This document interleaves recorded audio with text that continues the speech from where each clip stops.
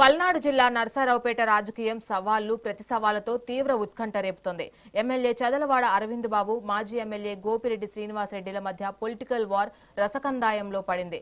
రేపు ఉదయం 11 గంటలకు కోటప్పకొండకు రావాలంటూ గోపిరెడ్డికి చదలవాడ బహిరంగ సవాల్ విసిరారు. ఇందుకు సంబంధించి అన్ని రకాల ప్రభుత్వ అనుమతులు తానే స్వయంగా తీసుకుంటానని అరవింద్ బాబు స్పష్టం చేశారు. దీనికి సంబంధించిన మరింత సమాచారం నరసరావుపేట ఎమ్మెల్యే చదలవాడ అరవింద్ బాబుతో మా పల్నాడు జిల్లా ప్రతినిధి స్వామి ఫేస్ టు ఫేస్.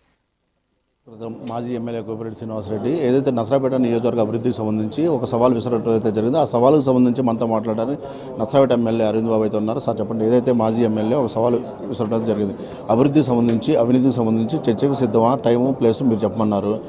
మీరు ఆ చర్చకు సిద్ధమేనా? అందరికీ నమస్కారాలు. మాజీ ఎమ్మెల్యే గోపిరెడ్డి శ్రీనివాసరెడ్డి మరి ఉమ్మడి కూటమి గెలిచి వాళ్ళకి 2 సంవత్సరాలు. మరి వాళ్ళ రోజు మేము అందరం కూడా కౌంటింగ్ స్టేషన్లో ఉండి మరి వైసీపీని ఓడించి ఉమ్మడి కూటమి వాళ్ళ ప్రభుత్వ అధికారంలో రావడం జరిగింది.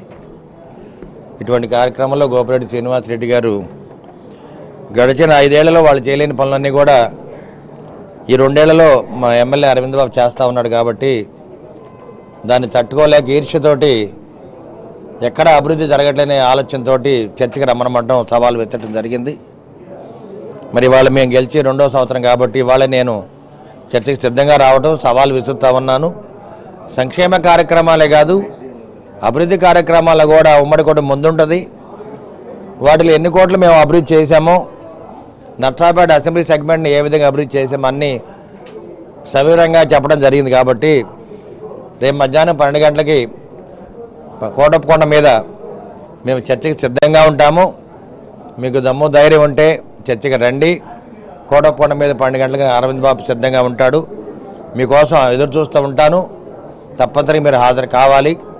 ఏ విధంగా ఉమ్మడి కూటమి ఏ విధంగా మరి సంక్షేమ కార్యక్రమాలు, అభివృద్ధి కార్యక్రమాలు చేసిందో, మరి గడిచిన 5 ఏళ్ళు మీరు ఎందుకు చేయలేకపోయారో కూడా అన్నీ సవివరంగా చర్చిద్దామని చెప్పి మీడియా వాళ్ళు కూడా అక్కడే ఉంటారు. కాబట్టి అందరి ముందు ఏ విధంగా చర్చిద్దామని రమ్మని గోపిరెడ్డి శ్రీనివాసరెడ్డి గారిని ఆహ్వానిస్తున్నాను.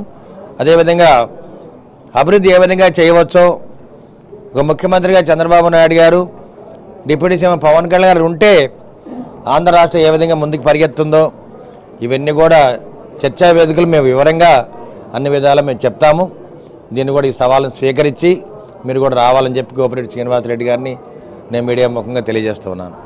ఏదైతే మీ ఇద్దరు చర్చించుకోవడానికి అధికారికంగా పర్మిషన్లు అంటుంటాయి, ఆ పర్మిషన్లు సైతం కూడా మిమ్మల్ని, మీరు అధికార పార్టీలో ఉన్నారు కాబట్టి మిమ్మల్ని చూసుకోమని కూడా దానికి డిపార్ట్మెంట్ నుంచి కానీ ఇటు అధికారుల నుంచి కానీ ఎలాంటి పర్మిషన్లకి తీసుకోబోతున్నారు? తప్పనిసరిగా నేను పోలీసు వారికి మెమోరాండం ఇవ్వడం జరుగుతుంది.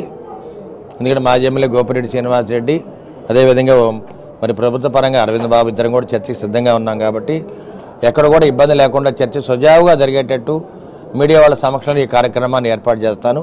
తప్పనిసరిగా గోపిరెడ్డి శ్రీనివాసరెడ్డి ఈ సవాళ్ళను స్వీకరించి రేపు మధ్యాహ్నం 12 గంటలకి కోటప్పకొండ మీద ఈ కార్యక్రమం హాజరు కమ్మని చెప్పి నేను ఆహ్వానిస్తా ఉన్నాను. అధికారుల నుంచి కూడా మీరే తీసుకుంటారు? తప్పనిసరిగా పోలీసు వారి నుంచి కూడా అనుమతి తీసుకుంటాను. ఏదైతే రేపు 12 గంటలకి కోటప్పకొండలో అవినీతికి పైన లేదా అభివృద్ధి పైన ఎలాంటి చర్చకైనా నేను సిద్ధమని చెప్పి నరసరావుపేట ఎమ్మెల్యే అరవింద్ బాబు అయితే చెబుతున్నారు. దాంతోపాటుగా ఏదైతే ఇద్దరు నేతల చర్చించుకోవడానికి అధికారుల నుంచి పర్మిషన్ కూడా నేనే తీసుకుంటాను. ఎలాంటి పర్మిషన్లు కూడా సైతం కూడా నేనే తీసేసుకొని కూడా దాని మీద చర్చగా నేను సిద్ధం. ఎలా అభివృద్ధి చేయాలో కూడా అక్కడే నేర్చుకుందాము. దాని మీద కూడా ఎప్పుడు ఏ టైమైనా సవాల్ అన్నావు కదా, ఈరోజు నేను సవాల్ విసురుతున్నాను. ఆ సవాలు మీరు స్వీకరించి రేపు మధ్యాహ్నం 12 గంటల కోటప్పకొండ రావాలా. కోటప్పకొండకు సంబంధించి అన్ని ఏర్పాట్లు కూడా అక్కడ చర్చకు సంబంధించిన ఏర్పాట్లు కూడా తనే చూసుకుంటానని చెప్పేసి కూడా నరసరావుపేట ఎమ్మెల్యే చదలవాడ అరవింద్ బాబు చెబుతున్నాడు. కెమెరామెన్ నాగరాజుతో స్వామి, మెగా 9, పల్నాడు జిల్లా.